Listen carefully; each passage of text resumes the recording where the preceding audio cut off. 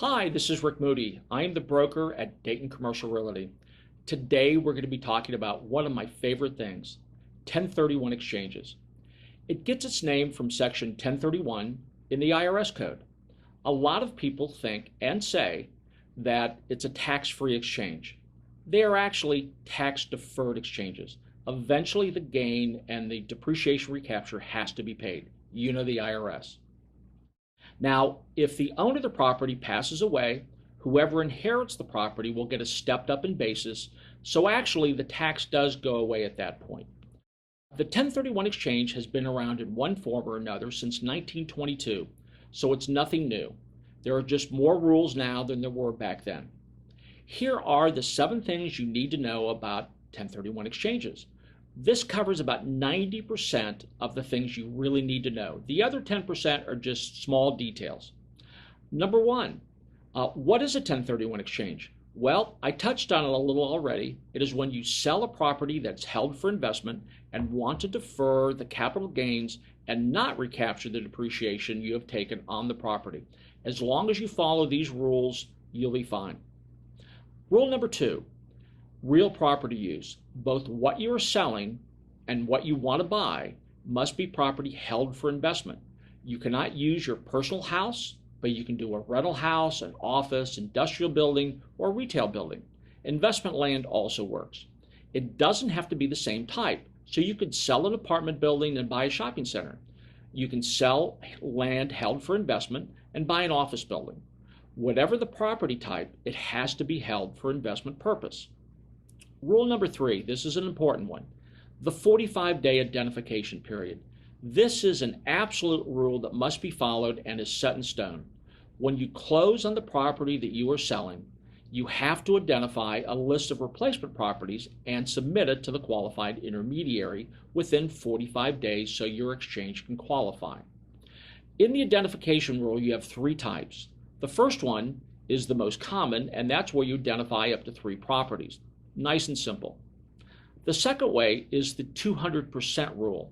That means that all the properties that you identify, the value has to be no more than 200% of the property that you are selling.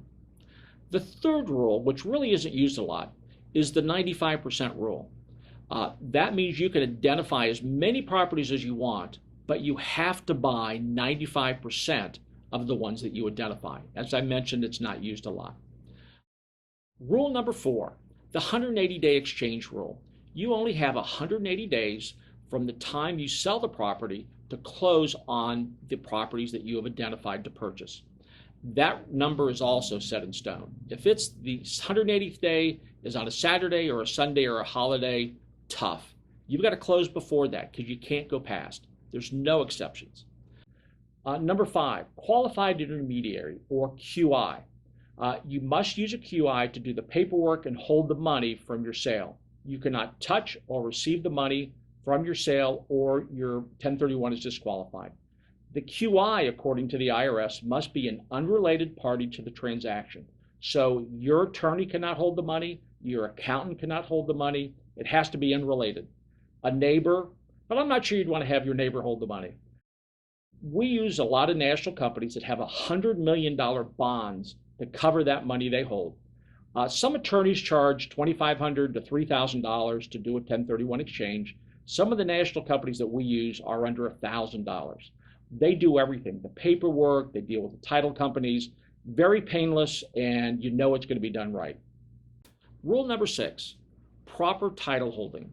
If you own the property in a name like John Smith, the new property has to be titled the same way, John Smith. It cannot be John and Mary Smith. Now the IRS has opened it up a little bit to where you could do John Smith LLC. Now if the property is already held in an LLC, it has to be the same name of the LLC. You can't change it. Rule number 7, the reinvestment requirement. If you sell a building for $100,000 and have $20,000 in debt, then we have to buy a property that's worth at least $100,000 and $20,000 in debt. Through the magic of real estate leverage, you could take that $80,000 in equity and buy a $200,000 property, put $120,000 debt on the property. Now that's good leverage. What you don't invest is called boot. So if you only use $70,000 of that equity, that $10,000 is taxed with all the capital gains and the depreciation recapture. It's just easier to reinvest all the proceeds. I hope this information was helpful for you on 1031 exchanges. Please contact me if you have any questions or if you'd like us to help identify replacement property for you. Thanks for watching. I'm Ric Moody from Dayton Commercial Realty. We are your place for space. Thanks.